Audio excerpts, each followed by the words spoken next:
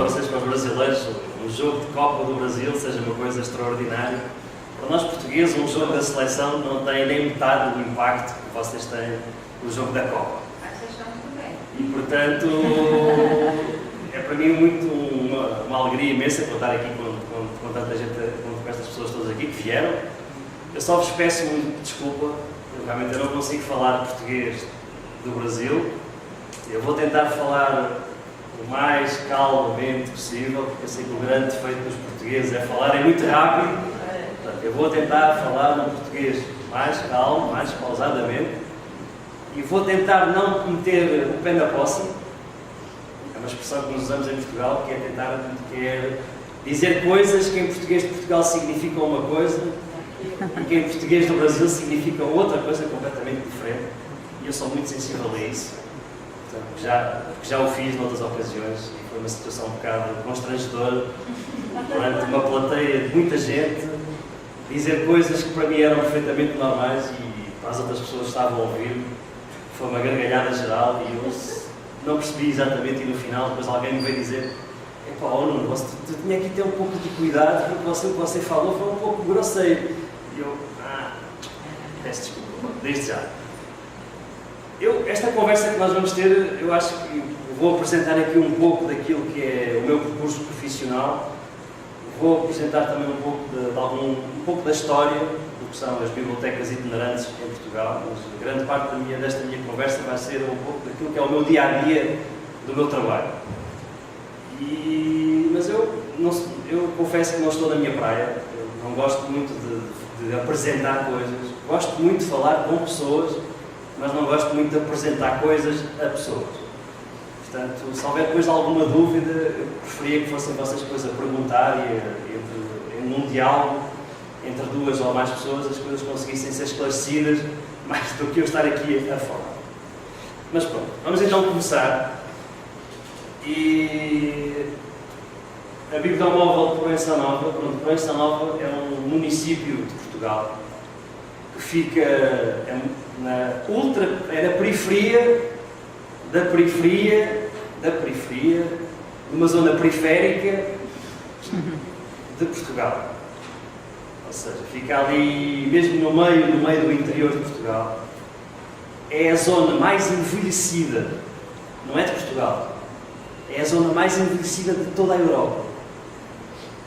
Portanto, vocês pensam que têm uma imagem do que é Portugal. Portugal é um retângulo, não é? Ali encaixado entre a Espanha e o Oceano Atlântico, mas Proença Nova é um triângulozinho que está ali no meio do interior de Portugal e que é a zona mais envelhecida de Portugal e é a zona mais envelhecida de toda a Europa. Portanto, se calhar algumas coisas que eu vou aqui falar para vocês, sul-americanos, é capaz de fazer alguma confusão o facto de daqui não vão aparecer crianças, aqui não vão aparecer pessoas novas, porque essas pessoas não existem naquela zona do trabalho. Existem pessoas com muita idade, pessoas que não sabem ler nem escrever, mas que vão à biblioteca. E vão à biblioteca fazer o quê? É isso que eu vou apresentar um pouco mais à frente. Bem, Portugal tem uma curiosidade, tem uma história curiosa nesta história das bibliotecas itinerantes, que é uma história muito rica. E é uma história que começou há alguns anos atrás. Portugal, um pouco de história de Portugal. Portugal viveu em uma monarquia durante muitos séculos e em 1910 transformou-se numa república. E logo desde o início, o primeiro governo republicano apostou muito na educação, apostou muito na cultura. E uma forma que eles acharam intencional de levar a leitura, levar a cultura para fora dos grandes centros, que era Lisboa e Porto, foi a criação exatamente de bibliotecas móveis. E aqui estão apenas exemplos, não há fotografias dos veículos, porque não eram veículos motorizados, eram uns caixotes que eram transportados numas carroças de cavalos e que andavam por escolas, por associações, por coletividades, não pelo país todo, não era pelo país todo, andavam pelas principais zonas perto das grandes capitais. Mesmo assim, quando Portugal, há um ditado em Portugal que diz que Lisboa é o país e o resto é paisagem. Passado estes anos todos, infelizmente ainda é um pouco assim. E portanto havia estes dois exemplos. Eram a Caixa Estante, a Augusta Taíde, que foi a primeira a ser constituída, logo a seguir à implantação da República, em 1910, que percorria as escolas, as coletividades, associações das cidades de Lisboa e do Porto, só. E depois, em 1944, na cidade de Braga, também é criada uma biblioteca móvel que também circulava pelas escolas, pelas associações, pelas coletividades da cidade de Braga, que fica no norte do país, e levavam simplesmente isso, caixotes com livros, para promover o livro e a leitura. Bom, a Primeira República passou e a partir de 1928 o país é mergulhado numa ditadura muito dura. Fazendo aqui foi uma ditadura muito dura, que durou 40 anos. Foi muito tempo. E foi uma ditadura que apostou, essencialmente, não apostou na educação das pessoas, não apostou na cultura das pessoas, mas mesmo assim, eles perceberam que, se calhar, era uma forma muito simples e muito eficaz de levar a sua mensagem ideológica a alguma população do país. A forma mais simples de transmitir essa sua ideologia em vários campos, no campo da educação, no campo da cultura, em vários campos de atividade, promover um serviço que era constituído por 7 bibliotecas ambulantes, que são estas que estão aqui, que tiveram uma duração muito curta, e eram só 7, porque só prestavam serviço em 7 cidades do país. Uma vez mais, 7 cidades do litoral do país. Portugal é um país pequeno, é um país infinitamente pequeno comparativamente com o vosso, mas é um país extremamente desigual entre o que é o litoral e o que é o interior. E até aqui se havia esta grande diferença. Essas 7 cidades do litoral tinham este serviço de biblioteca. Era um serviço que não era um serviço neutro, tinha uma carga ideológica bastante grande, uma vez que só distribuíam livros que promovessem a ideologia e os ideais da ditadura, mas existia. Tinham sempre 2 funcionários com uma farda impecável, que eu gostava muito de dizer, mesmo no chapéu, acho que era muito curioso. Eu chamo-lhe ali o elo perdido por uma razão. Eu, desde que comecei a trabalhar, em 2006, quando comecei a trabalhar com uma biblioteca itinerante, transformei-me a palavra em inglês é um geek, mas transformei-me num louco colecionador de tudo o que tem a ver com bibliotecas itinerantes, em Portugal e no estrangeiro.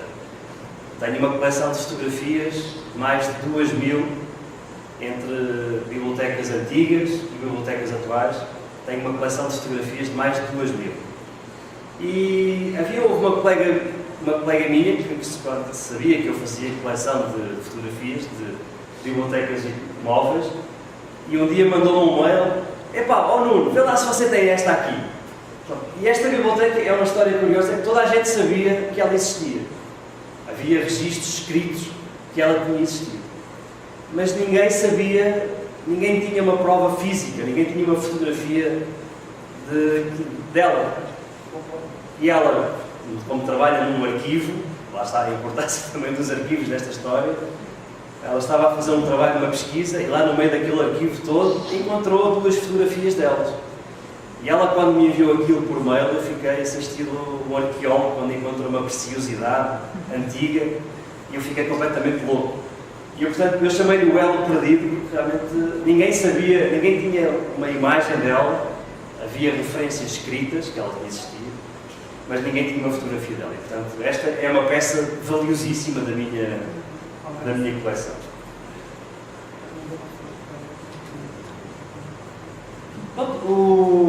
Os anos foram avançando, a ditadura continuava, e há um escritor português que também era bibliotecário, ou um bibliotecário que também era escritor, as duas coisas. É um escritor que não é muito conhecido em Portugal, mas tem uma obra escrita, embora curta, mas é uma obra fenomenal. Tem um livro que chama-se O Barão. O escritor chama-se António José Branquinho da Fonseca. E a obra, o romance maior que ele tem é O Barão, que é um livro extraordinário. Não sei se aqui no Brasil, se alguém ouviram falar neste escritor, mas se por acaso, se algum dia, numa das vossas pesquisas, se na vossa biblioteca encontrarem esta obra, O Barão, leiam, porque é um livro fabuloso. Bom, e ele era escritor, mas também era bibliotecário, e era bibliotecário naquela biblioteca que ali está atrás daquele edifício, na cidade de Cascais. Cascais é uma cidade perto da capital de Lisboa, é uma cidade rica. O país é sempre tudo o que é o litoral é o rico, mas é uma cidade muito rica. E ele achou que... E era uma cidade, é uma zona balnear, ou seja, uma zona de praias muito requisitadas pelos turistas, já nesta altura o era.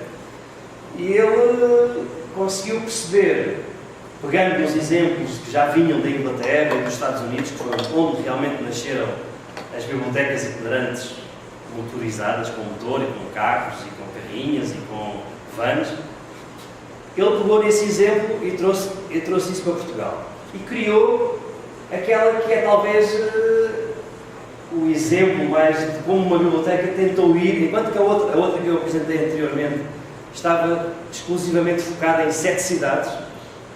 A preocupação do António José Branquinho da Fonseca era que esta biblioteca percorresse toda aquela área da linha de Cascais, desde a cidade até ao mais pequeno povoado daquela zona. Ele teve essa preocupação em ir, em levar e em dar biblioteca. E por isso é que ela hoje, para nós que adoramos e amamos, e estudamos e lemos e colecionamos tudo o que tem a ver com bibliotecas itinerantes, consideramos que esta seja a primeira, porque é talvez o primeiro exemplo de que uma biblioteca não deixa ninguém para trás. É uma biblioteca feita de todos, para todos e com todos. E por isso ela é considerada para nós realmente a primeira, porque a outra só existia para 7 cidades. E esta aqui, embora funcionasse numa zona geográfica mais pequena, tinha a preocupação de ir ter com todos, desde a cidade até ao povoado mais pequeno. E este serviço teve tanto impacto que 3 anos mais tarde,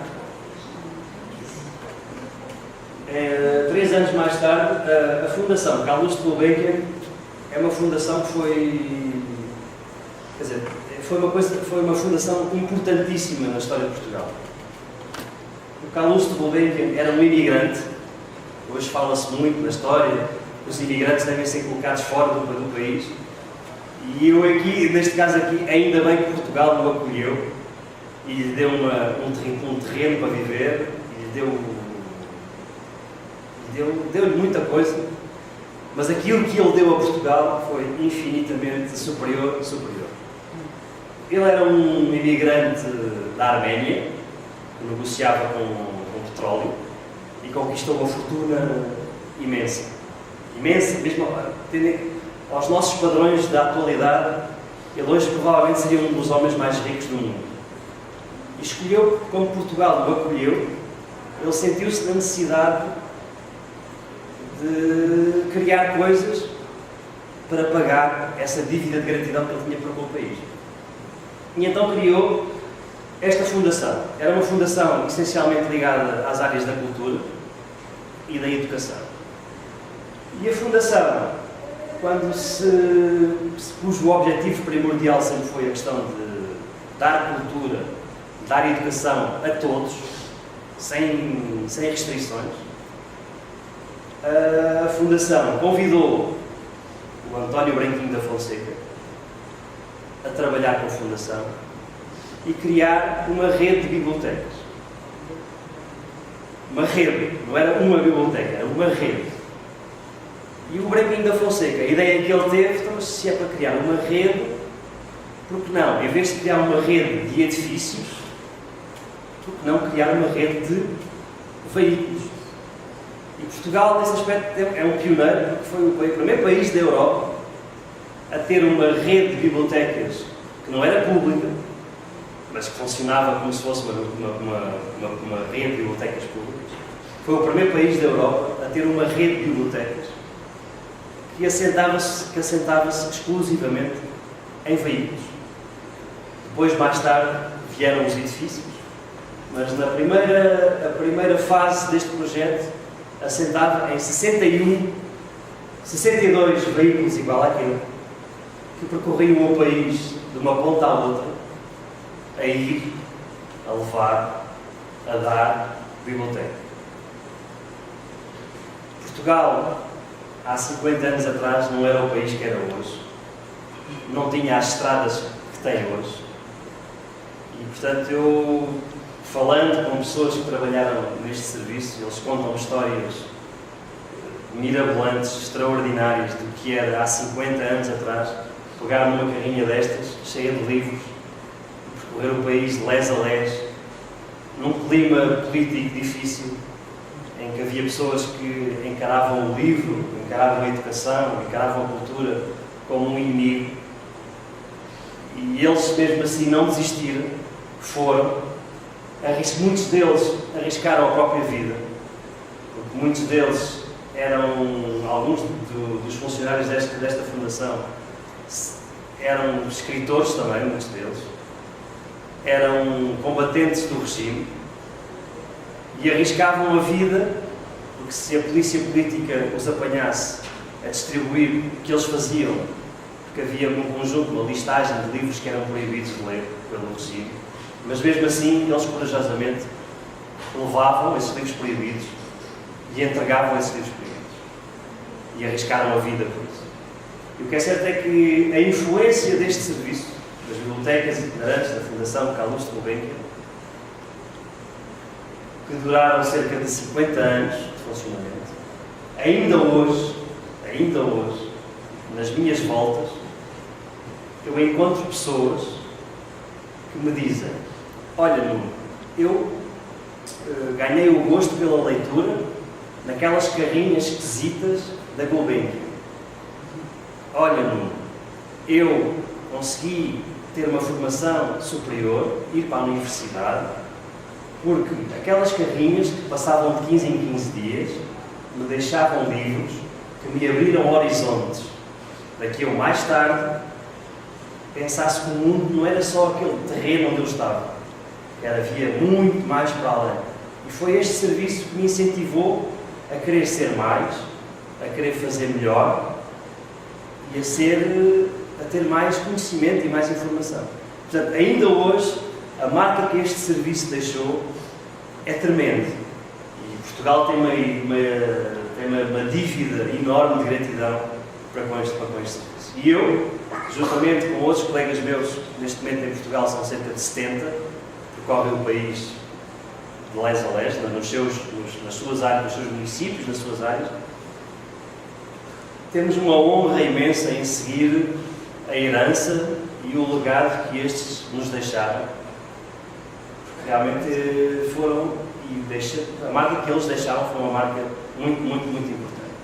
Portanto, eu tenho uma honra imensa, embora já não pertence àquela fundação, mas todos nós, os que trabalhamos com bibliotecas móveis em Portugal, devemos muito a estas pessoas que trabalharam naquelas carrinhas e devemos muito, Portugal deve muito a esta fundação. A fundação não existe? A fundação existe, mas a partir do ano 2002 entregou todo o seu espólio, todas as suas bibliotecas, as fixas e as móveis, entregou tudo aos municípios onde ela trabalhava. Portanto, ela hoje funciona, a fundação funciona, tem o melhor museu de arte contemporânea de Portugal, tem programas de apoio à educação e à cultura, mas nesta área das bibliotecas, em 2002, eles acharam que o seu trabalho estava feito, estava concluído, e entregaram, ou seja, eles Eles deram, não houve, aquilo foi um ato de, deram tudo. Deram os veículos, deram os edifícios, deram os profissionais que trabalhavam, eles deram... Olá! Tudo bom? Seja bem-vindo. Eu gosto tanto disto. Estes reencontros, cara a cara, com pessoas que nós só conhecemos no Facebook, é uma coisa fantástica. Tudo bom? Muito bom, bem-vinda! Você também. Estou muito feliz por encontrar você. Igualmente. Peço desculpa. Isto acontece, estas coisas. Passando agora aqui assim uma espécie de hoje mudar um bocado a página. Falámos do passado, mas talvez seja agora importante falar um pouco do presente e um pouco, se calhar, do futuro. Eu acho que esta pergunta aqui do o que é uma biblioteca? Talvez seja aquela pergunta que já tanta vez foi feita, tanta vez foi respondida, tanta vez foi sonhada, tanta vez foi idealizada. E eu às vezes tenho muitas dúvidas se ela realmente tenha sido concretizada em toda a sua plenitude. Não sei se concordam ou se discordam. Isto é uma discussão que não é muito pacífica. Eu às vezes em Portugal, quando faço esta parte desta apresentação, levantam-se assim uma espécie de o que é que ele quer, onde é que ele quer realmente chegar, onde é que ele quer não? Infelizmente há mais pessoas a pensar como eu. Mas o que é que ele quer dizer com aquilo? É que nós realmente, a imagem que nós temos das funções da biblioteca, se calhar 90% ou mais de pessoas, se calhar, a primeira coisa que dizem é que realmente a biblioteca serve para guardar livros, para promover o livro, para promover a leitura, não é? Essa é a primeira ideia, não é? É a primeira ideia que nós temos, é que a biblioteca serve para promover o livro, para promover a leitura. Mas será que é isso? Ou melhor, vamos reformular um bocado a questão, que é para também não entrar aqui. Será que é mesmo só isso? Eu e outros temos muitas dúvidas. Temos muitas dúvidas que a biblioteca seja isso. Temos muitas dúvidas que a biblioteca seja só isso. E eu não sei se esta visão aqui na América, não sei se têm muito esta visão. Mas o que é certo é que na Europa, na velha Europa, na velha decrépita Europa, que manca, cocheia, cheira mal, e cada vez cheira pior, de podridão e de... A biblioteca não é um dado adquirido. E cada vez é menos um dado adquirido. E nos países que são o berço da democracia, o berço da república, o berço da igualdade de acesso, o berço da fraternidade, o berço da igualdade, estamos a assistir a bibliotecas de grandes cidades, por isso simplesmente ao final do mês, os responsáveis culturais dessa cidade chegam à conclusão, mas no final vocês têm um orçamento anual de 500 mil euros, não sei quanto é que isso é em reais, mas deve ser muito, não é? Mas vocês têm um orçamento de 500 mil reais ou de 500 mil euros anuais e vocês fazem exatamente o quê? Para que é que a biblioteca serve? Porque há muitos políticos que pensam assim.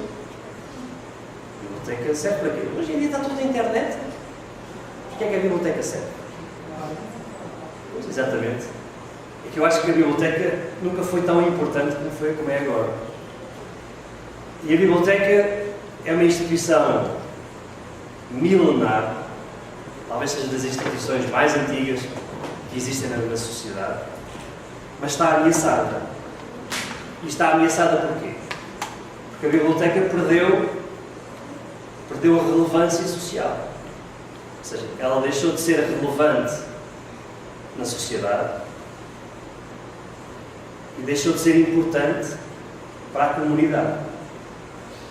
E isso, muitas vezes, a culpa do que isso está a acontecer Nós bibliotecários, ou que trabalhamos, ou que amamos, ou que gostamos, ou que adoramos as bibliotecas, muitas vezes temos até essa tentação de dizer sempre, há sempre culpados.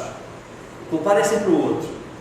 Ou é o político que não nos dá os fundos, ou é o político que nos tira os mundos, e temos sempre uma dificuldade em olhar para nós próprios e dizer, não, se calhar nós perdemos esta relevância, nós perdemos esta importância, porque se calhar nós próprios criámos essas dificuldades e tornámos a biblioteca uma coisa, um templo sagrado, onde ninguém pode ir, porque não é bem-vindo, porque se criam dificuldades de acesso, porque se diz que não se pode fazer barulho, porque se diz que não se pode falar, porque se diz que não se pode apresentar coisas em voz alta, porque se diz que não se pode comer, porque se não se pode beber. E colocamos tantas barreiras, construímos tantas muralhas de castelos na frente da porta da biblioteca, que eu acho que muitas vezes isso faz com que as pessoas lá de fora não entram. E não entram por duas razões. Não entram porque não se sentem bem-vindas. E pior ainda, e isto sim é grave, e este sim é a nossa culpa toda. Isto delas não se sentirem bem-vindas, também. Mas isto que eu vou dizer agora a seguir ainda é a nossa maior responsabilidade. Que é o facto de nós muitas vezes ficamos contentes por ter pessoas que vêm à nossa casa. Mas pensa, vocês já imaginaram ou já pensaram, aqueles que trabalham em bibliotecas, a quantidade de pessoas que todos os dias passam à nossa porta, que não são poucas, e que não entram, porque não sabem o que é que se passa cá dentro. Porque não sabem o que é que a biblioteca pode fazer de diferente na sua vida, no seu cotidiano. E isso, a culpa é toda nossa. Não é dos políticos que não nos dão dinheiro, não é dos políticos que não nos dão os mundos e os fundos, a culpa é toda nossa. Não conseguimos transmitir para aqueles que estão lá fora, não é aqueles, porque os que estão cá dentro, se estão cá dentro é porque, de certa maneira, já sabem o que é que nós temos para lhes dar e para lhes oferecer. Mas muitos dos que se passam todos os dias à nossa porta e que não entram, é porque não sabem o que nós temos para dar, o que nós temos para oferecer e a diferença que nós podemos fazer no seu cotidiano. E por isso é um desafio que fica aqui.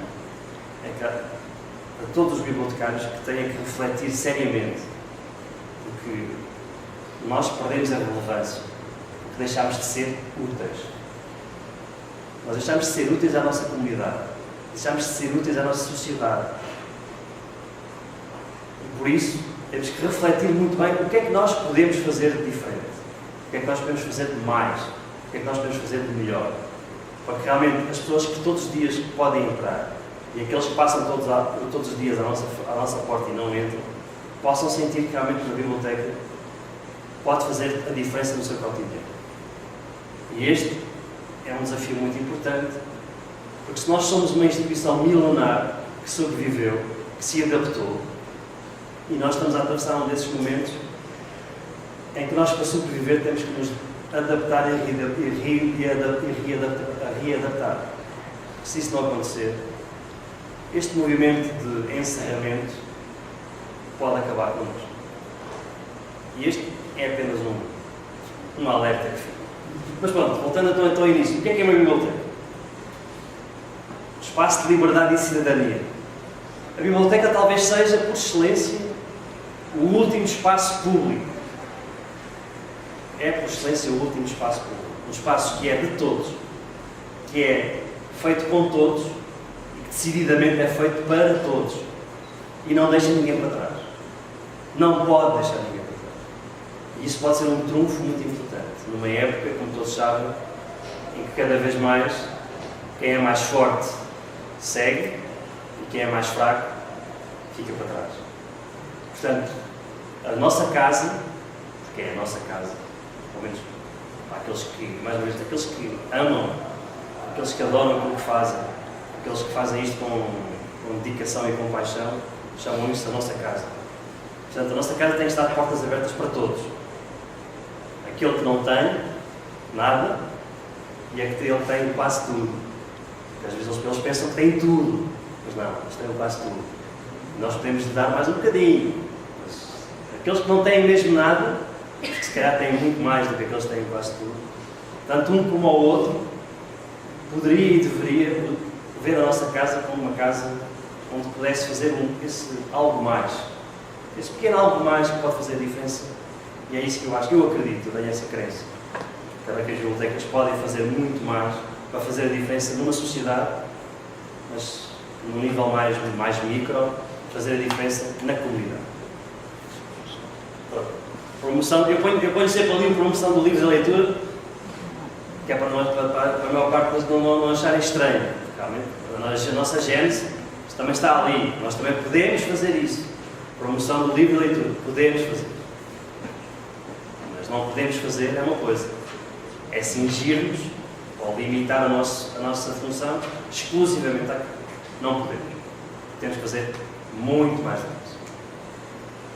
O livre acesso à informação e ao conhecimento. Isto vem um pouco bater naquilo que eu disse há bocado. Vivemos numa altura, como vocês acham, não sei, eu penso que a maior parte de vocês trabalham em bibliotecas ou trabalham com informação e trabalham com conhecimento, não? Hoje em dia, fruto do nível de produção de informação, muitas vezes não é conhecimento. O nível subiu muito, quer dizer, a quantidade é imensamente superior há 20 ou 30 anos atrás. E, portanto, no meio dessa quantidade imensa de informação que é criada e que é gerada, todos nós sabemos que há informação que é válida, temos informação que é inválida. E este pode ser um trunfo muito importante nas bibliotecas. Se as bibliotecas criarem uma espécie de um selo de qualidade, um registro de uma certificação de qualidade, de que toda a informação que sai da nossa casa, da biblioteca, para fora, é uma informação que é criteriosamente selecionada, que é criteriosamente avaliada e que é criteriosamente difundida para todos. Esse, num tempo como o de hoje, falamos das fake news e na manipulação de informação, que é um facto.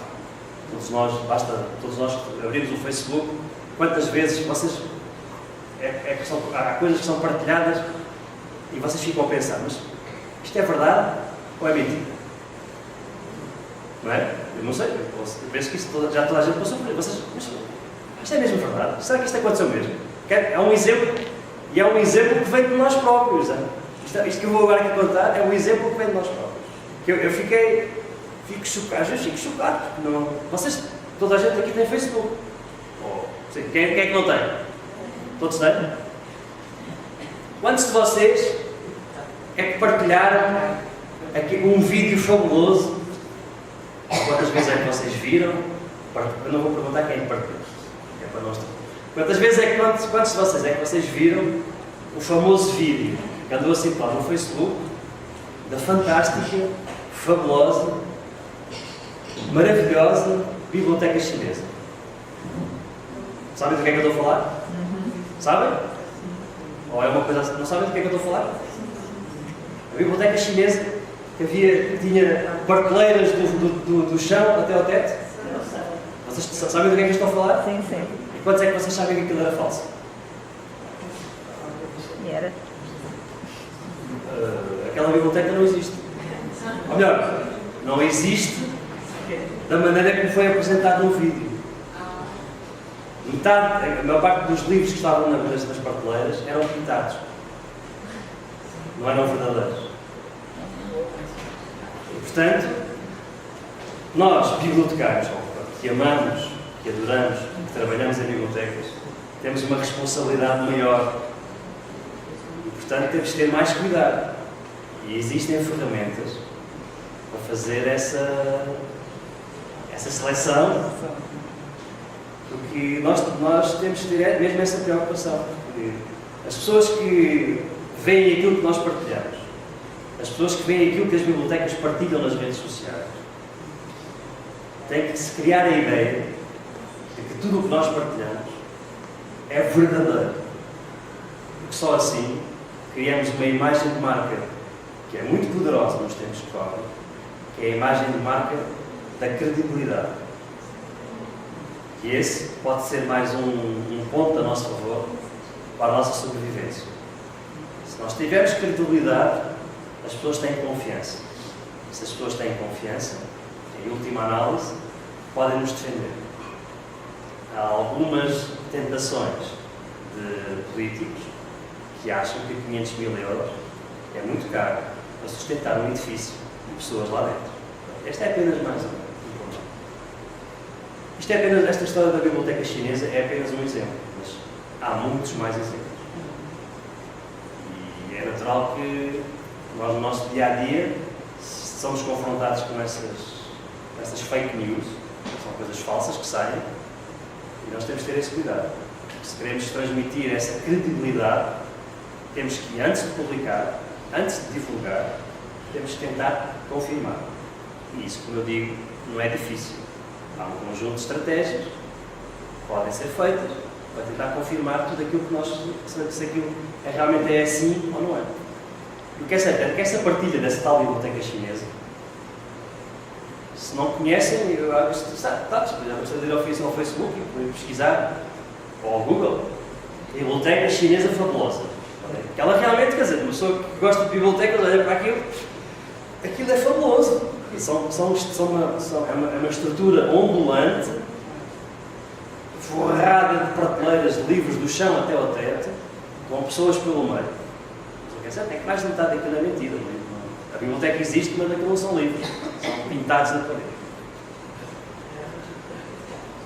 Aprendizagem de novas literacias. Vivemos num tempo em que realmente a tecnologia avança a uma velocidade tremenda. Ainda há menos de 20 anos, não sei se vocês se lembram, há 20 anos atrás,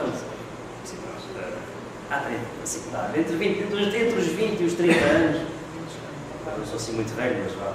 Entre os 20 e os 30 anos, vocês lembram-se de como é que eram os telemóveis? Só um exemplo. Vocês lembram-se de como é que eram os primeiros telemóveis? Não, em Portugal é os telemóveis, os primeiros celulares, não é? Lembram-se como é que eram? Eram assim uns tijolos, coisas imensas, não dava. Aquilo só para fazer uma chamada telefónica era preciso ali. Hoje em dia, com isto, nós podemos fazer muita coisa. Mas o que é certo é que nem toda a gente sabe usar isto. Nem toda a gente sabe usar isto. Ui? Desculpe, foi agora para cima. E como nem toda a gente sabe usar isto, nem isto, este é mais um campo de oportunidade para as bibliotecas se mostrarem úteis para a sociedade, mas principalmente para a comunidade. E não é assim uma coisa tão difícil de se fazer. Há inúmeros exemplos de bibliotecas que promovem encontros de pessoas que se inscrevem para aprender a usar isto e aprender a usar isto. E este é mais uma oportunidade de sobrevivência, é mais uma oportunidade para nos tornarmos úteis à comunidade, para que essa comunidade, se por acaso alguém tiver essa aspiração de vocês gastam 500 mil euros por ano, vamos fechar. Não, eu quero a minha biblioteca aberta, porque foi lá onde eu aprendi a usar o meu celular para ligar e para ver o meu neto que está do outro lado do mundo. Isso conta. Isso conta. A preservação e a difusão cultural. As bibliotecas são instituições culturais. E o que são isto de instituições culturais? A cultura pode ser muito diversa. Há a cultura erudita, há a cultura popular, e mais uma vez as bibliotecas, para serem úteis, para serem relevantes para a comunidade e para a sociedade, têm que estar abertas aos dois tipos. Se pode haver um sarau de poesia, por que não haver um encontro de grafitas? Se pode haver um concerto de música clássica, por que não haver um concerto de punk rock? Se pode haver um concerto de ópera, por que não haver um encontro de música rap? Isso pode ser muito importante para atrair diversos tipos de públicos, que, mais uma vez, podem contribuir para verem a biblioteca como um espaço útil e que, em última análise, pode contribuir para defenderem-nos contra os avanços de alguns políticos que acham que 500 mil euros por ano é muito dinheiro para ter uma casa aberta.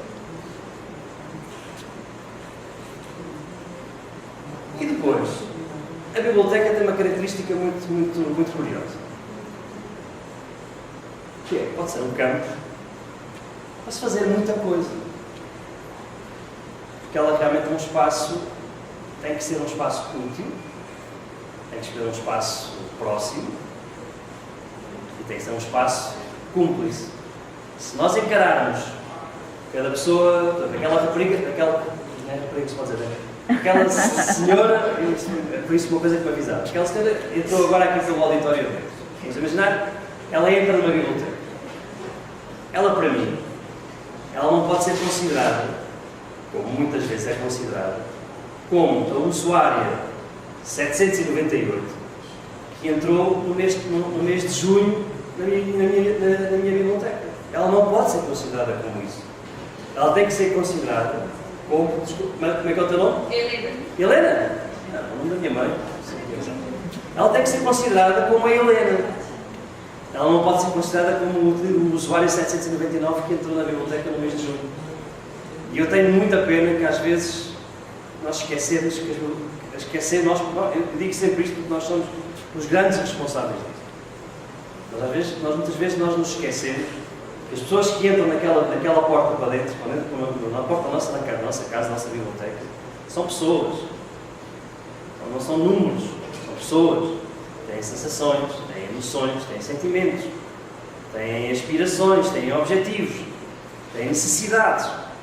Não é um número que depois no final do mês vai ficar bonito, não é num relatório de uma folha de Excel para entregar ao nosso chefe. Olha, entraram aqui 1000 pessoas, estou feliz. Não é isso, não pode ser isso. Nós temos que saber que essas 1000 pessoas entraram, mas essas pessoas entraram e saíram satisfeitas ou não saíram satisfeitas? Saíram plenamente satisfeitas com aquilo que elas vinham cá procurar ou não? Isso sim é importante. A mim não me interessa saber que entraram 1000 pessoas e saíram 1000 pessoas completamente insatisfeitas com aquilo que fizeram cá dentro. E isto é um desafio muito importante. A questão da estatística, a estatística é estatística. São números frios. Outra coisa é saber a opinião daquelas 1000 pessoas que entraram e saíram de porta para fora, saber se elas realmente saíram com uma resposta à pergunta que vieram cá fazer ou não. E é esse, para mim, como bibliotecário, tem sido esse o grande desafio. Felizmente, eu e outros colegas meus pensamos igual e queremos muito que todos nós pensemos da mesma maneira. Realmente, o que é importante nas bibliotecas de uma vez por todas, não é ter os computadores mais modernos, não é ter o acervo o mais atualizado possível, não é ter as prateleiras mais bonitas e limpas de pó. Não é isso. Isso faz parte, mas o mais importante definitivamente não é isso. O mais importante é o caso da Helena, que entra todos os dias na porta de uma biblioteca. É o caso das outras 999 pessoas, como a Helena, que entram todos os meses naquela porta.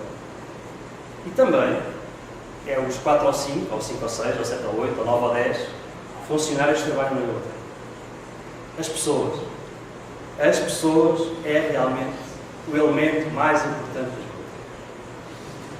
E quando nós nos capacitarmos que realmente é as pessoas o mais importante, as suas necessidades, as suas ambições, as suas aspirações, ou simplesmente os seus humores, porque são pessoas, não são máquinas, têm emoções, têm sentimentos, têm humores, às vezes podem ser carniceiros ou podem ser assassinos em série, mas também podem entrar lá na biblioteca para um livro, como é que se aprende a esquartejar uma pessoa? Isso acontece, há casos disso. Um dos maiores assassinos em série americano aprendeu a fazer isso na biblioteca, ele disse isso. É isso. Nós somos uma casa feita de todos, para todos, com todos. Desde o intelectual mais certinho até ao serial killer mais macabro.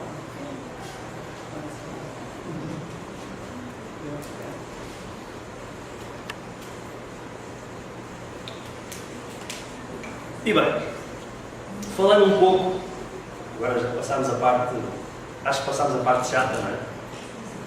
E vamos falar agora daquilo que me consome, daquilo que me gasta, daquilo que me faz criar borboletas no estômago. A frase borboletas no estômago existe em brasileiro? Existe? Existe? Pronto, quando uma pessoa está apaixonada por alguém, cria borboletas no estômago. Não posso dizer isto. Eu estou no Brasil, posso falar isto, porque a minha esposa está lá longe. Ela, quando eu digo isto, ela fica muito enciumada, porque ela tem ciúmes. Ela tem ciúmes daquilo que eu, da atenção que eu dou a. É uma grande. Mas é mais ou menos. E então, como eu disse há bocado, a Bíblia Móvel de Proença Nova é uma biblioteca itinerante. E é uma biblioteca itinerante que trabalha numa zona de Portugal. Para aqueles. Portugal é assim mais ou menos um retângulo, não é? E Proença Nova fica mais ou menos a meio de Portugal, no fundo do interior de Portugal.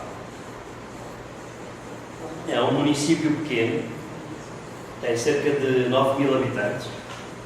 Portanto, é uma coisa, se calhar, à vossa escala, é uma coisa insignificante, não é? É o que temos. Somos pequeninos. E esta biblioteca bibliomóvel surgiu porquê? Em 2003, todo o município todo, não foi uma parte, não foi metade, foi o município todo. O município todo ardeu.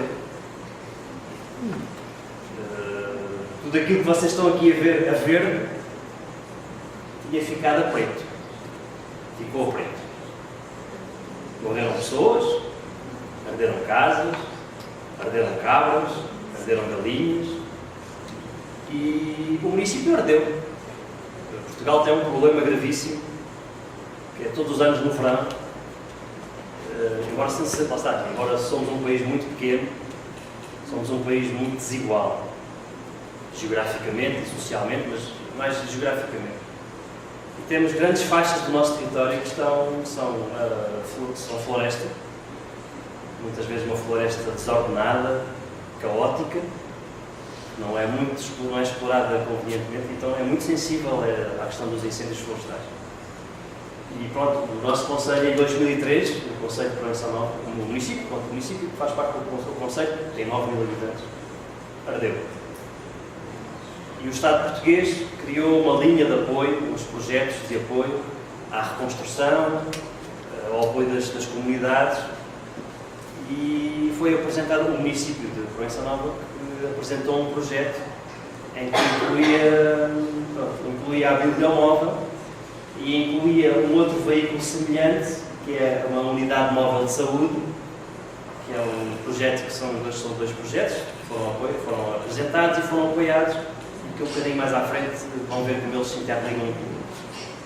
E portanto, em 2003 aconteceu essa catástrofe, em 2004, 2005 o projeto foi apresentado, foi candidatado, foi aprovado e foi concretizado, e no dia 26 de junho de 2006, portanto, na próxima terça-feira, fazemos anos, parabéns, são 12 anos. No dia 26 de junho de 2006, este indivíduo, esta pessoa que vocês estão aqui a ver à frente, colocou-se ao volante daquela carrinha, ou daquela van, vocês carrinha não têm, não é? Aquela van, e foi correndo o percurso até chegar àquela aldeia ali. E eu no caminho entre a sede do município e até aquela aldeia são cerca de 25 km. E eu no percurso, eu como bibliotecário, ia cheio de ideias. Vou chegar lá, vou emprestar livros a toda a gente, vou promover o livro e a leitura para toda a gente. E cheguei lá, no lar, as aldeias de Portugal todas têm um lar, uma praça, já está a igreja, está o café, depois está assim um lar com uma árvore no meio, uma sombra, onde se sentam as pessoas. Eu tinha mais ou menos essa ideia, que era aquela realidade daquela. Então, vou chegando à aldeia, aquilo é uma aldeia, o caminho para lá chegar é bastante complicado, porque é uma aldeia que fica no fundo, como vocês podem ver, fica no fundo de um vale, com estradas de montanha, muito sinuosas, com muitas curvas, e isto foi no verão, 26 de junho, estavam cerca de 40 graus, estamos numa zona muito quente, estavam cerca de 40 graus. E eu ia ali na estrada, com o volante na mão, o rádio a tocar bem alto, todo contente. Contente, quer dizer, era um misto de sensações. Ia contente por um lado, ia ser aquelas expectativas, o que é que eu vou fazer, não é? Mas a ideia principal era essa. Isto é uma biblioteca, não é? Vamos aqui abrir isto tudo, vamos dar livros e leitura para toda a gente. E eu cheguei ao lar, estavam sete homens, assim, sentados à sombra da árvore. Abri as portas todas da biblioteca, que tem assim uma escada elétrica, na altura tinha uma escada elétrica, agora é uma escada de madeira, porque a elétrica avariou. Abri, como costuma dizer em Portugal, abri o estaminé todo. Ele tem uns toldos, por causa do sol, abri tudo. E dirigi-me aos 7 homens, explicar o que é que eu era, o que era este serviço e qual é que era o nosso objetivo.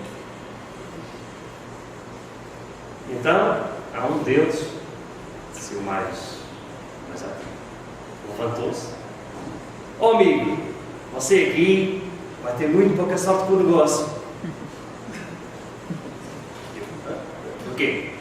Então, olha, aqueles 3 além não sabem ler nem escrever. Ali o velho do meio tem um olho de vidro, também não é nada.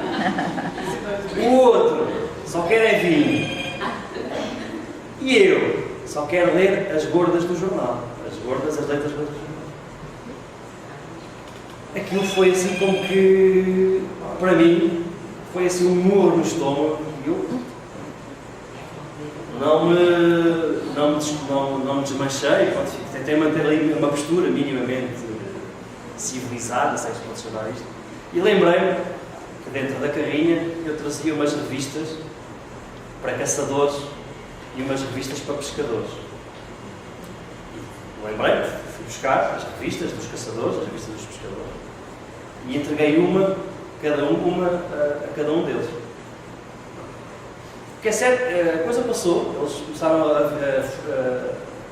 olhar para as revistas, a folhear as revistas. E aquele primeiro dia, eu era para ir a 3 aldeias. 3 aldeias. Só que era 1 da manhã, portanto isto começou às 2 da tarde, e era 1 da manhã, e eu ainda estava nesta aldeia, dentro da adega. Adega, sabem o que é uma adega? Nestas aldeias toda a gente faz vinho. Então estava à 1 da manhã, estava com estes 9 senhores, dentro de uma adega de um deles, a falar de armadilhas para coelhos, técnicas de caça, espécies de animais que caçavam, histórias de caçadores, calibres de armas, de bala para a caça, histórias de tipos que tinham pescado peixes de 2 metros e que quando afinal era de 50 centímetros. E eu naquele dia percebi, foi assim, quer dizer, foi duro, porque depois há à 1 da manhã, voltar novamente para casa foi difícil. Já não ia exatamente como tinha vindo, como tinha ido. Já ia assim um bocado. O vinho era forte, não era assim. Mas fiquei com a sensação que realmente o importante, isso foi muito importante. Aquele primeiro dia para mim foi muito importante. Porque se calhar para mim a ideia que eu tinha de biblioteca era que realmente as bibliotecas servem só para isso. Serviam só para isso, para o livro e para a leitura. Mas naquele dia eu percebi que se calhar a biblioteca pode ser muito mais. E ao ouvir aquelas histórias antigas, aquelas estratégias antigas de caça, percebi que realmente que aquelas pessoas, mesmo aquelas que não sabiam ler e escrever, tinham informação e tinham conhecimento dentro delas que era importante recolher e era importante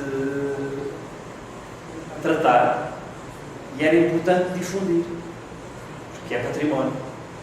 É o património chamado, o que nós habitualmente chamamos de património imaterial e cultural. E desde esse primeiro dia até há uma semana atrás, que foi o último dia antes de ir para o Brasil, que eu conduzi aquela caminho, em todas as 42 aldeias que eu vou, e a todos, eu não sei se aqui no Brasil existe a figura de lares de idosos. Existe? Claro. Eu vou, neste momento, a minha volta, a volta da Vila Móvel tem 42 aldeias e tem 4 instituições de lares de idosos.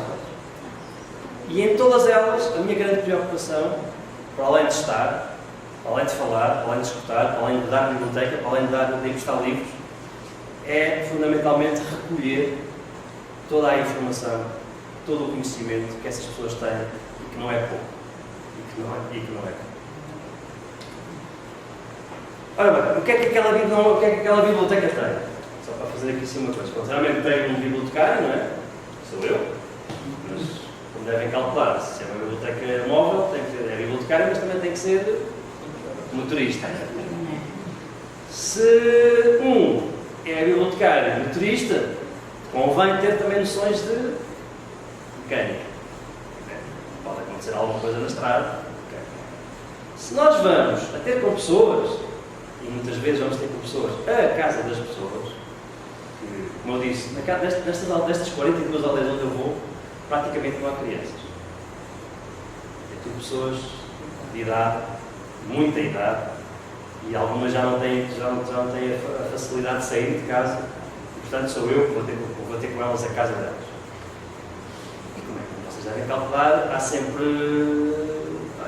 não, precisa ali de mudar uma lâmpada, ou de trocar um fusível. Olha, o comando da televisão não funciona. Olha, o meu telemóvel deixou, o meu celular deixou de funcionar. Portanto, eu realmente tenho ali um bibliotecário, mas é um bibliotecário que é muita coisa. Bibliotecário, motorista, mecânico, eletricista, carpinteiro, marceneiro, eletricista, já disse. Conselheiro matrimonial. Não, conselheiro matrimonial não. Conselheiro sentimental.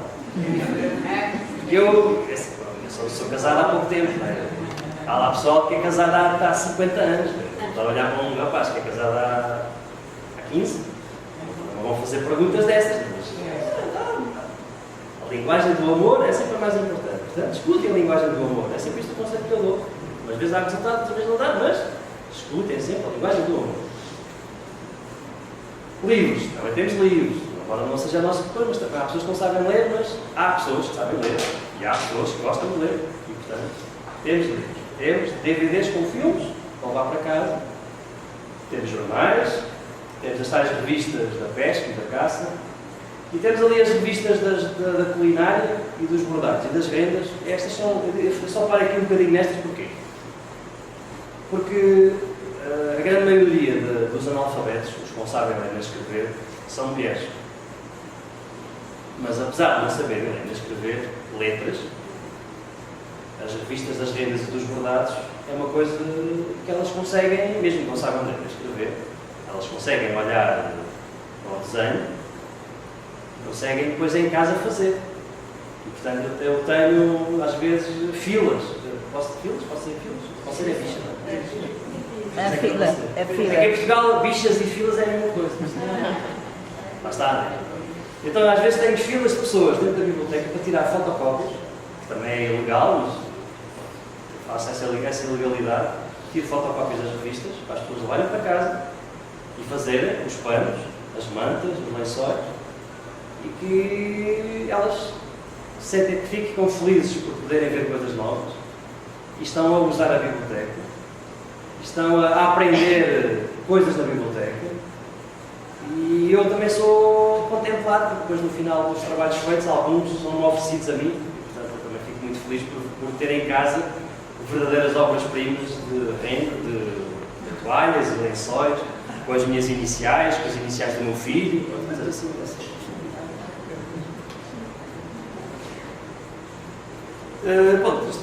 Vamos bater naquela questão. Temos aqui esta dimensão, acho que não foi daqui. Temos a dimensão bibliotecária, é uma biblioteca, portanto temos a dimensão bibliotecária, temos o empréstimo domiciliário de tudo, nós emprestamos tudo, livros, revistas, os CDs, os DVDs. Fazemos mediação de leitura.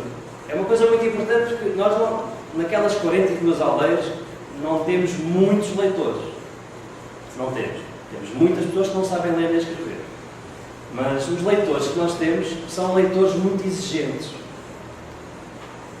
E são leitores, alguns são leitores de clínica geral. Eles tanto leem clássicos, como leem aquela literatura chamada, não sei se aqui no Brasil existe um conceito da literatura light, aquela literatura levezinha, que são romances de fazer chorar as pedras da calçada, não sei se me faço entender. E, portanto, mas são leitores.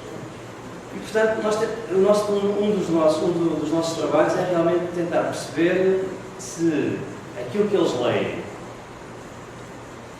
é bom, porque não, se é bom para eles, mas porque não tentar mostrar-lhes algo de melhor. Eles também se evoluem como leitores. E este é um trabalho que nós fazemos, mas não uma questão impositiva. Eu prefiro que eles leiam de tudo, mas se por acaso algum dia lerem uma coisa melhor do que aquilo que eles leem, eu fico feliz, porque é um passo mais no crescimento como leitor. E isso eu fico muito feliz. Isto são coisas que todas as bibliotecas têm, os serviços de referência bibliográfica. Eu pergunto, a Bibliomóvel responde. Sabem, todas as perguntas podem ser qualquer uma. É muito grave uma pessoa ir a uma biblioteca, perguntar alguma coisa e vir de lá com um não. Isso é muito grave. Mesmo que a gente não saiba a resposta, temos de tentar encontrar um caminho para essa resposta. Porque a pessoa que lá entra todos os dias, que entra à procura dessa resposta, não fica com aquela sensação. Afinal, isto não é assim tão importante como tudo isso. Portanto, mesmo que a gente não possa saber a resposta no instante, o usuário tem que ficar com a sensação que essa resposta pode vir. De muitas maneiras diferentes. Mas a resposta tem que vir. Ou pelo menos um caminho para chegar a essa resposta. Isso é muito fundamental. Bom, temos esta questão das fotocópias, que é ilegal. Em Portugal é ilegal tirar. No Brasil também é ilegal. Em Portugal é ilegal tirar fotocópias das revistas. Até ao momento. Nunca apareceu a polícia que é. Lá em Portugal temos uma polícia económica. Não sei para trás desta, mas nunca me apareceram. Se algum dia me aparecer, não sei o que é que vai acontecer, mas nunca apareceram. E eu acho que como é útil, eu faço. O meu chefe nunca me disse para parar de fazer. Portanto, eu também estou de tal maneira a salvaguardar. E a internet é a internet Wi-Fi. Não há em todas as aldeias, porque há aldeias onde nem sinal de celular há, mas onde há sinal, nós fornecemos.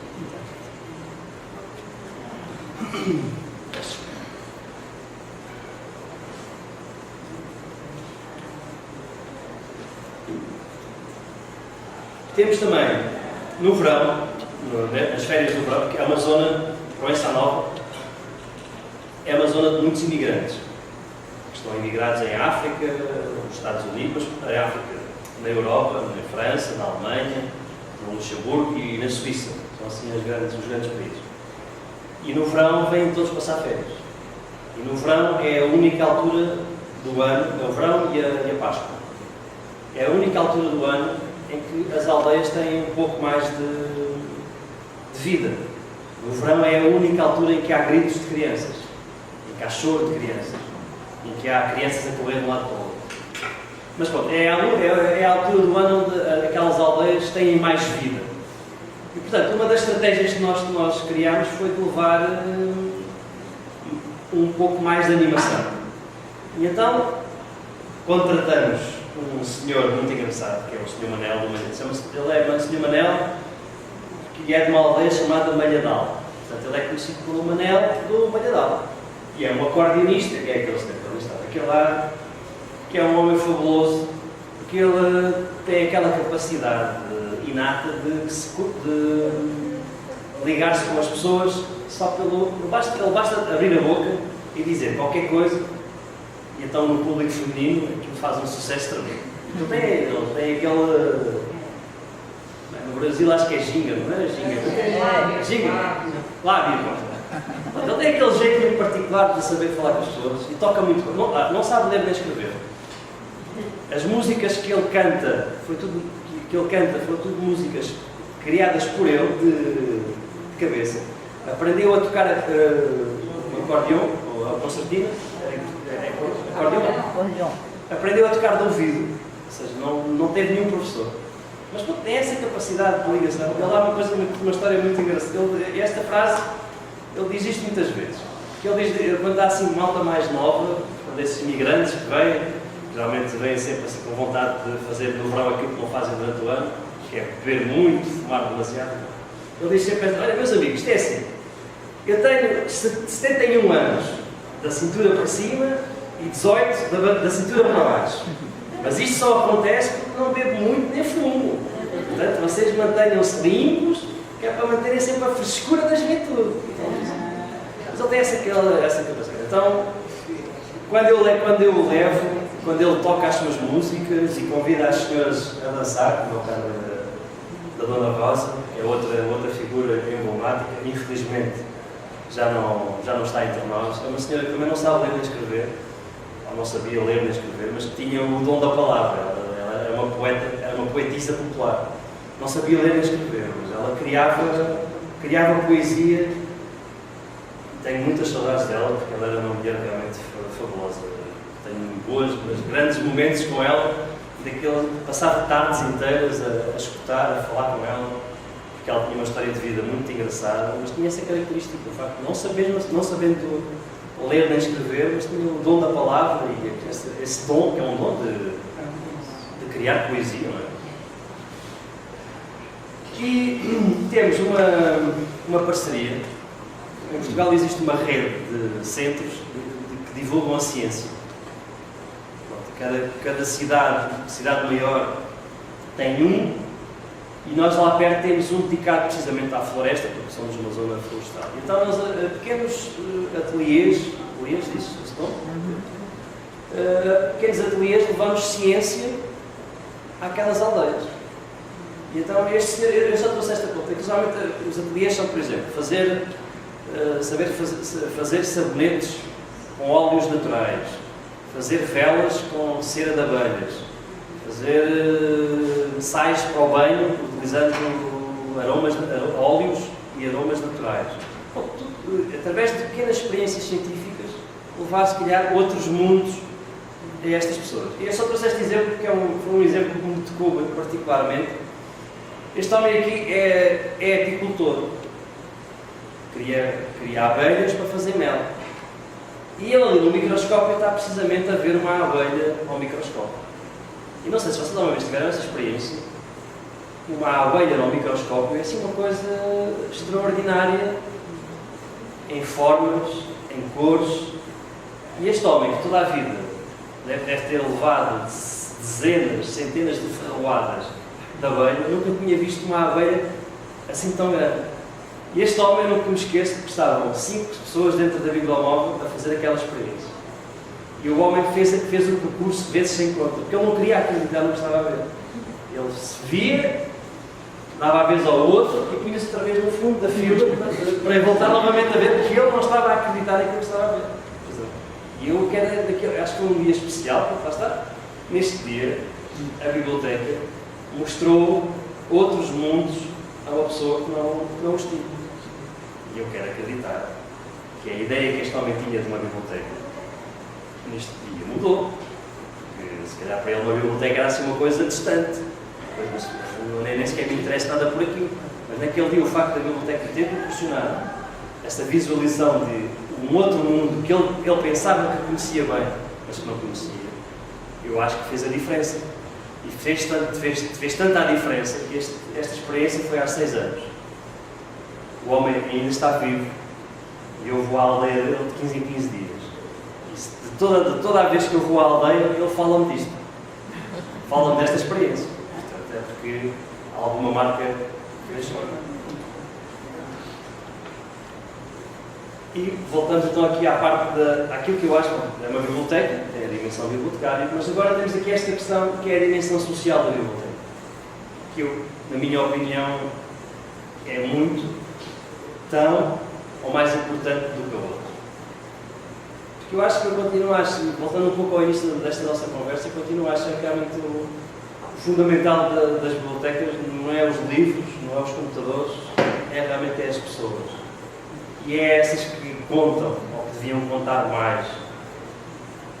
E, portanto, estes valores que eu aqui apresento, da proximidade, a periodicidade, eu vou àquelas aldeias há 12 anos, de 15 em 15 dias.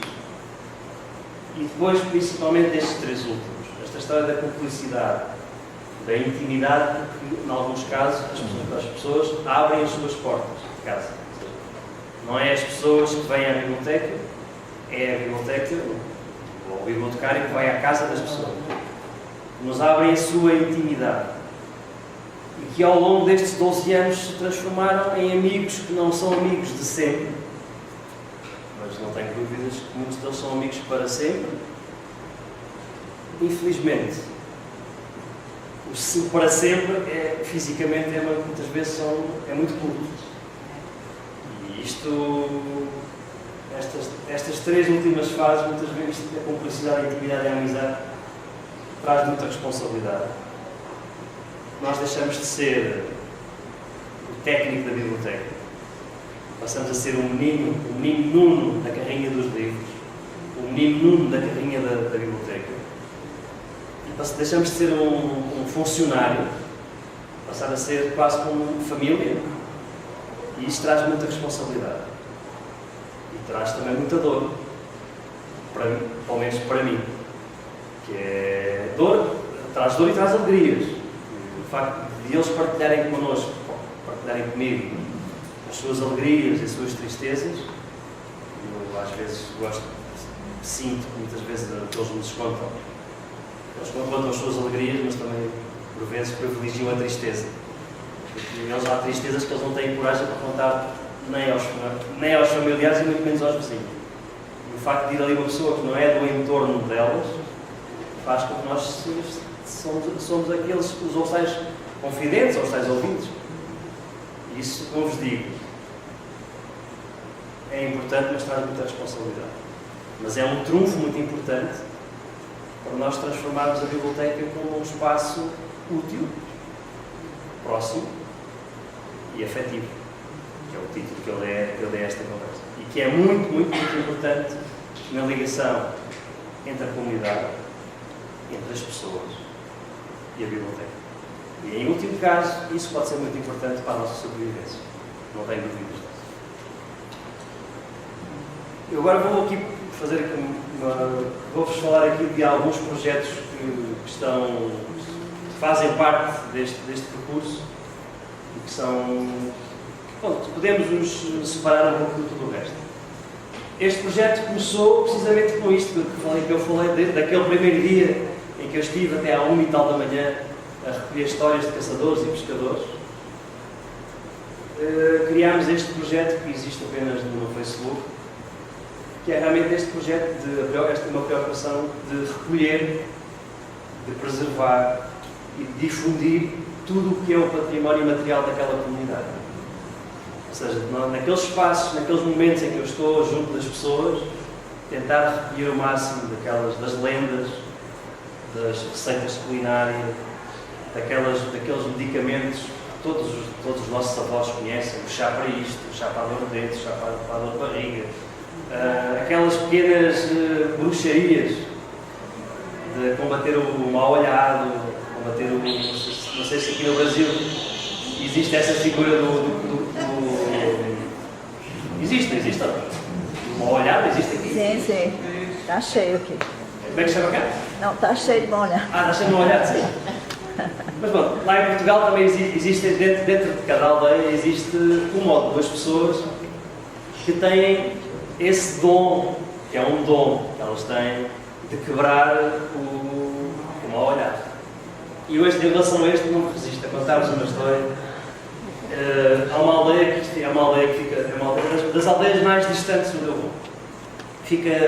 É uma estrada horrível, principalmente no inverno, porque a estrada não tem alcatrão, mas não está marcada, não tem linhas. E portanto, aquilo é uma estrada.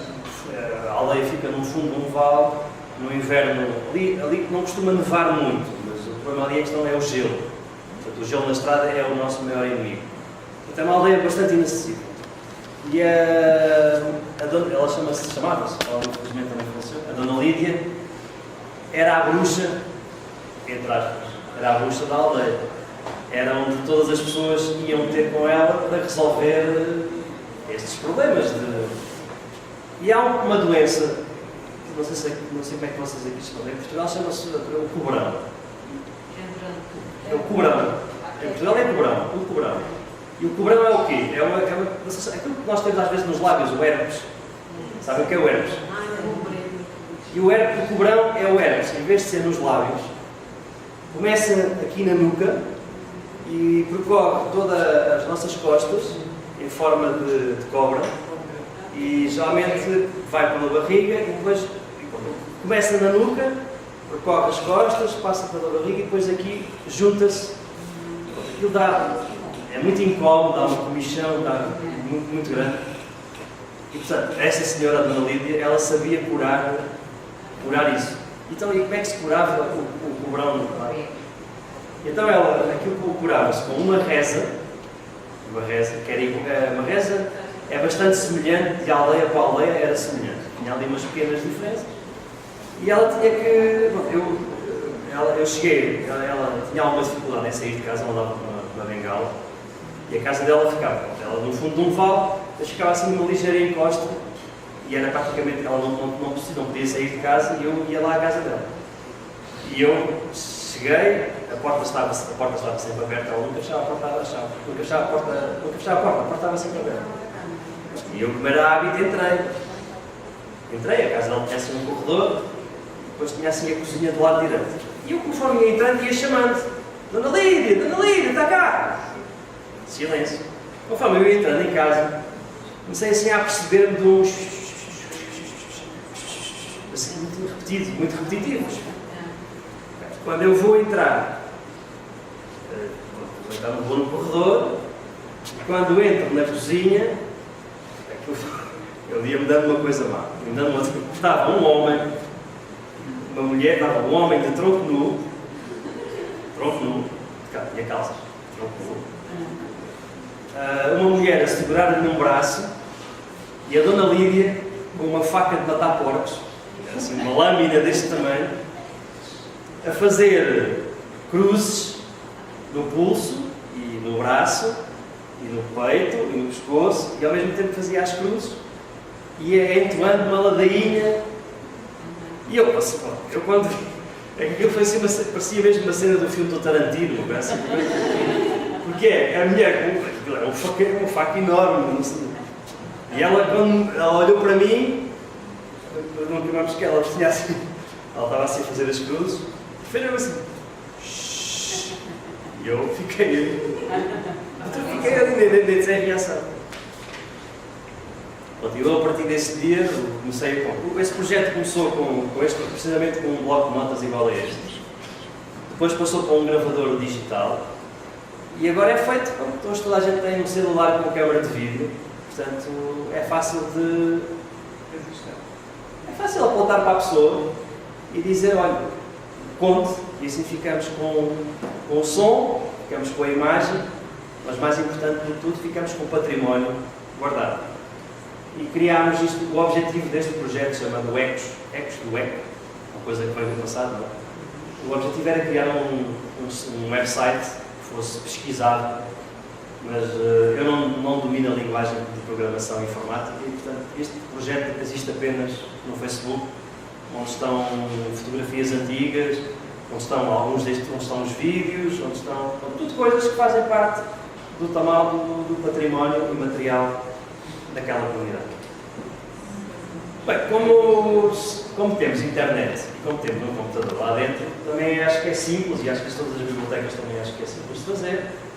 Os computadores hoje todos têm uma webcam e, como eu disse há bocado, aquela comunidade é uma comunidade onde existem muitos imigrantes.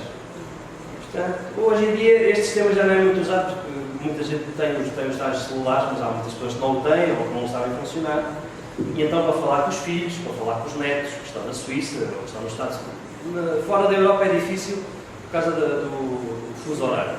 Mas pronto, os familiares que estão na Suíça ou na França ou na Inglaterra, nós combinamos com algum tempo de antecedência e marcamos a hora e eles podem falar, ver e conversar com os seus filhos, com os seus netos. E também podem, no caso além do Sr. Cardoso, que é aquele da fotografia além daquele lado, e também podem namorar. Um dia, o Sr. Cardoso, Nuno, vocês têm aí o Skype a funcionar? Sim, é preciso aí de falar uma coisa. Falar uma coisa, para mim, é falar uma coisa. Ele deu-me o contacto, eu iniciei a sessão e saí e fui buscar uma garrafa de água ao café onde eu estava estacionado. E quando eu estou a voltar, começo assim a ouvir uma coisa muito estranha, assim, uma língua estranha, que eu não estava a identificar aquilo. A linguagem do amor é igual em português, em castelhano, em checo-turco, em russo. Não era muito longe. A senhora estava a namorar com a namorada da Bulgária. Era muito curioso, porque ali está a linguagem do amor, os beijinhos, a meu querido. É igual, mas o som, a palavra é que é diferente. E eu estive assim, vai, não vai, vou, não vou, não. Afastei, e quando ele saiu, depois é que lhe perguntei o que é que era. Percebeu rápido, porque está ali também está a fazer, como é que se diz aqui, também diz o uso de candelabro, está a fazer candelabro entre duas velas. Em Portugal, quando alguém está no meio do casal de namorados, não quis estar ali a segurar a vela nenhuma, afastei, e quando aquilo acabou, voltei novo. Outro campo que eu acho que as bibliotecas podem fazer a diferença através da sua utilidade. Eu não sei como. Isto é um caso, eu vou ter que ter algum cuidado porque eu não sei como é que se processa aqui no Brasil, mas em Portugal e em Espanha também é assim. Cada vez mais a relação entre um cidadão e o Estado, seja o Estado central ou o Estado local, é cada vez mais feito através de aplicações eletrónicas. Seja a entrega da declaração de impostos, seja a entrega de... Bom, vocês estão a perceber onde eu quero chegar. E, portanto, nós criámos este serviço que se chama Posto Móvel, ou seja, chama-se Posto Móvel de Correção Nova porque no início, quando ele começou, era só os serviços ligados ao município. Mas agora já alargou, porque nós também ajudamos... Nós também ajudamos a preencher a declaração de impostos, aqueles tipos de declaração que nós temos que entregar anualmente, ajudamos as pessoas a preencher. Aqui tem mais a ver com o município, porque entregar a leitura do contador da água, entregar a leitura do contador da luz. Às vezes é necessário pedir licença. Algumas destas aldeias não têm saneamento básico, têm fossas. E é o município que as limpa, então é preciso entregar um requerimento. As pessoas escusam-se de deslocar à sede do município e nessas onde há internet faz-se via online, ou seja, só preencher o papel e entregar. Ou quando não há internet, eu preencho manualmente e entrego na sede do município. Mais uma vez, eu penso que é um serviço que é útil, que as pessoas começam a encará-lo. Mas espera aí, mas a biblioteca vem cá de 15 em 15 dias ela ajuda-me a fazer isto. Acho que aqui é uma questão, é uma utilidade que a biblioteca me presta, completamente gratuito. Portanto, é mais uma forma de nos conectarmos com a comunidade e a comunidade sentir que a biblioteca está a ser útil e está a fazer a diferença. Porque a maior parte destas aldeias, o sistema de transportes públicos não existe. Estar a pagar um táxi é caro. Estas pessoas não têm dinheiro em casos de emergência. Há histórias incríveis de pessoas que, para ir ao médico, como não têm dinheiro para pagar o táxi, ligam para o 112. O 112 é a linha de emergência. Ou seja, isso causa problema, já tem causado problemas, porque o I-112 chega lá, aquilo não é emergência nenhuma, é só mesmo uma questão de transporte. Elas fingem que estão um bocadinho mais doentes, só para não pagarem o táxi, para irem ao médico. E, portanto, eu acho que este serviço tem sido um sucesso precisamente por causa disso. Acho que a biblioteca para estas pessoas pode estar a fazer a diferença. Pode estar a fazer a diferença ao ser, uma vez mais, útil. Eu foco muito nesta questão da utilidade, porque a utilidade na biblioteca é fundamental. Depois, eu não sei como é que isto se chama no Brasil, se é que imagino que tenha, porque já as vi, mas não sei como é que isto se chama no Brasil. Eu, durante muitos anos, com aquelas pessoas que tinham mais confiança, as pessoas pediam-me e davam dinheiro e a fatura para pagar a água, a luz, o telefone. Cheguei a alturas em que eu trazia no bolso das calças, eu trazia no mochila, trazia dezenas de euros. E eu, como ando sozinho, embora naquela zona a criminalidade não é assim muito grande, mas de qualquer maneira eu era um alvo fácil. Eu chegava a levar dezenas e dezenas de euros. Para além do facto de, vamos imaginar que se eu extraviasse alguma, quem ficava prejudicado era a pessoa que não pagava a água, a luz ou o telefone, que ia ser cortado. E então, encetámos negociações com uma entidade bancária, com um banco, com vários, e escolhemos aquela que nos oferecia melhores condições. E desde janeiro de 2017 temos eu não sei como é que se chama cá no Brasil, mas temos um cartão e tudo, pagamos as contas, desde que tenham aqui uma referência bancária, e então podemos pagar contas, há pacotes de celular que são recarregáveis, carrega-se com um X dinheiro, e esse tem sido o que tem sido mais utilizado, tem sido esse de carregar com dinheiro de telemóvel. E para mim foi um alívio, porque deixei de andar com dezenas de euros, e mais uma vez aqui a biblioteca também foi útil. E é um serviço que é útil e as pessoas estão reconhecidas por terem esta utilidade ali próxima. Depois, como eu falei, já estou quase terminando, já cansados, já estou bem quase terminando. É o último serviço e acaba.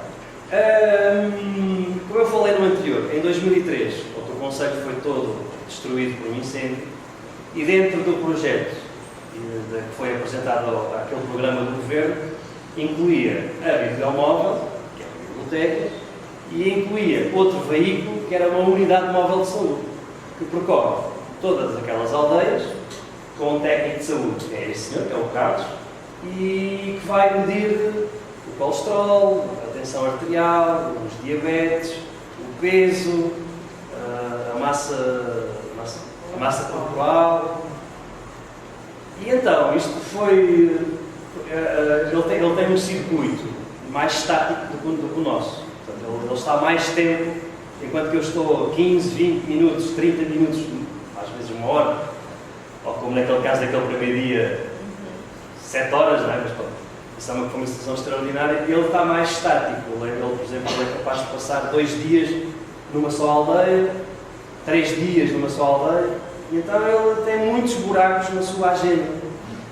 E ele um dia, estávamos assim no final de tarde, bem quente, estávamos a beber uma cerveja, coisa. E ele, eu estou farto de estar ali, às vezes estava farto de estar fechado. Então, isso é simples, tu pegas os teus equipamentos e vens comigo.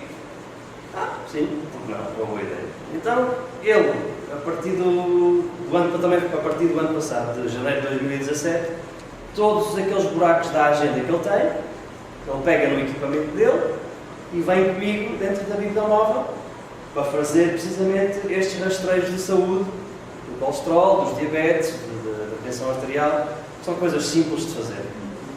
A situação não é ideal porque não há privacidade. Enquanto na carrinha, na unidade móvel de saúde, a pessoa é atendida individualmente num espaço fechado, aqui é feito assim tudo mas acho que é uma condição facilmente ultrapassável.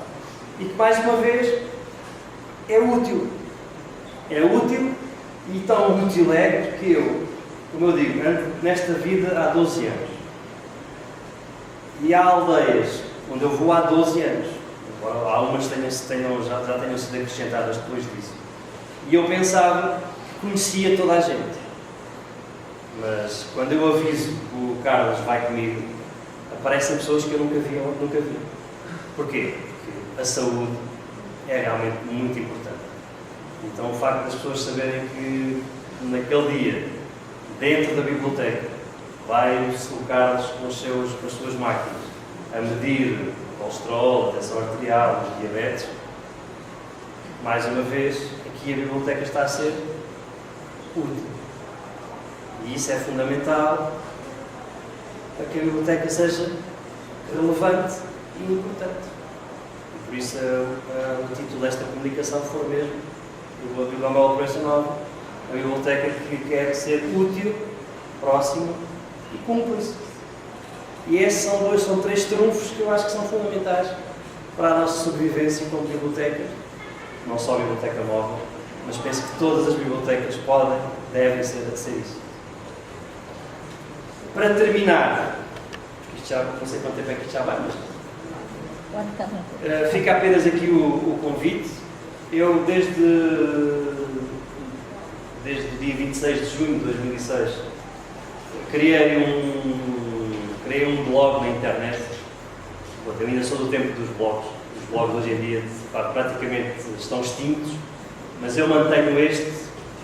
E é lá onde eu dou asas a duas paixões que eu tenho, que é a fotografia e é a escrita. Embora não sou nem fotógrafo, nem escritor, nem jornalista. Mas fotógrafo porque simplesmente com um telemóvel capto e roubo imagens do meu cotidiano. E, portanto, o que vocês vão ver neste blog são fotografias dos caminhos, são fotografias das pessoas, são fotografias da Bíblia móvel, que é aquelas imagens que me acompanham no meu dia-a-dia, de segunda a sexta-feira, por aquela terra, por aquelas terras e por aquelas estradas. O título do blog, na segunda-feira, quando eu falei nisto em Brasília, e o pessoal que lá estava, ninguém conseguiu identificar este livro. Portanto, este livro, penso que no Brasil, se está editado, pode estar editado com outro nome, mas é uma questão de procurarem. É um livro, para mim, às vezes perguntam a questão qual é que é o livro da tua vida. Isso é uma pergunta estúpida, não é uma pergunta estúpida, é uma pergunta que é difícil, é uma resposta muito difícil. O que nós temos na nossa vida tem fases, não é? Cada fase pode ter um livro que nos marque de maneira diferente. Este livro a mim marcou muito porque quando me ofereceram, eu tinha apenas 12, 13 anos. E quem me ofereceu foi um professor. E ele disse-me assim, aliás, ofereceu-me a mim e ofereceu a todos os meus colegas daquela altura. E ele disse, olha, vocês, este livro, aos 12, 13 anos, vocês não vão perceber nada. Mas aos 15, aos 16, aos 15, aos 16, aos 17, vão perceber tudo. E porquê? Este livro, o Papalagui, significa o homem branco. O Papalagui é o homem branco. No dialeto de uma tribo de índios dos mares do Sul, do Pacífico Sul. E isto basicamente relata a história de um chefe dessa tribo, que é levado juntamente com as suas duas mulheres pelos missionários protestantes holandeses e levam-no para a Europa. E este livro basicamente é o registro das incredulidades deste chefe em relação a nós, o Papalai, o homem branco. Somos um ser demasiado preocupado com as horas, demasiado preocupado com os objetos materiais, demasiado preocupado com o dinheiro, demasiado preocupado em construir, em andar vestido, com coisas, com panos de muitas cores, que andamos demasiado preocupados em construir grandes catedrais para prestar culto a um Deus, quando ele simplesmente olhava para o céu, para o sol e para a lua. E este livro é, bom, para quem tem 15 e 16 anos, temos esta mania de que olhamos para o mundo e achamos que o mundo não está correto e que queremos destruir tudo, mas que muitas vezes nos falta essa capacidade para construir algo de novo. Este livro foi muito importante nessa altura para mim e ainda é muito importante para mim porque me faz sempre lembrar que realmente, voltando um pouco também ao início de tudo isto, acho que nós vivemos demasiado preocupados com o material e esquecemos daquilo que está mesmo à nossa frente, ou que está ao nosso lado mais próximo, que são as pessoas. E eu tenho sempre essa preocupação. Tive esse privilégio e essa sorte de ter bons mestres de vida que me ensinaram isso. Realmente que o mais importante na nossa vida, no nosso trabalho, se calhar não é o computador, não é o livro, mas é o que está à nossa frente, ou o que está ao nosso lado, ou o que está atrás de nós. É a pessoa. E é isso que é realmente importante. Bem-aja é um termo usado na minha zona para dizer significa muito obrigado. Mas eu trouxe o bem-aja, porque o bem-aja é uma forma de identidade que nós temos quando estamos muito agradecidos por algo ou por alguém, e eu estou muito agradecido pelo facto de ter sido convidado para estar aqui. Estou muito agradecido pelo facto de vocês estarem aqui e estou muito agradecido por me terem ouvido. E fico ainda mais agradecido se tiverem alguma pergunta para fazer ou algum comentário para dizer. Bem-aja a todos e foi um prazer estar aqui com vocês.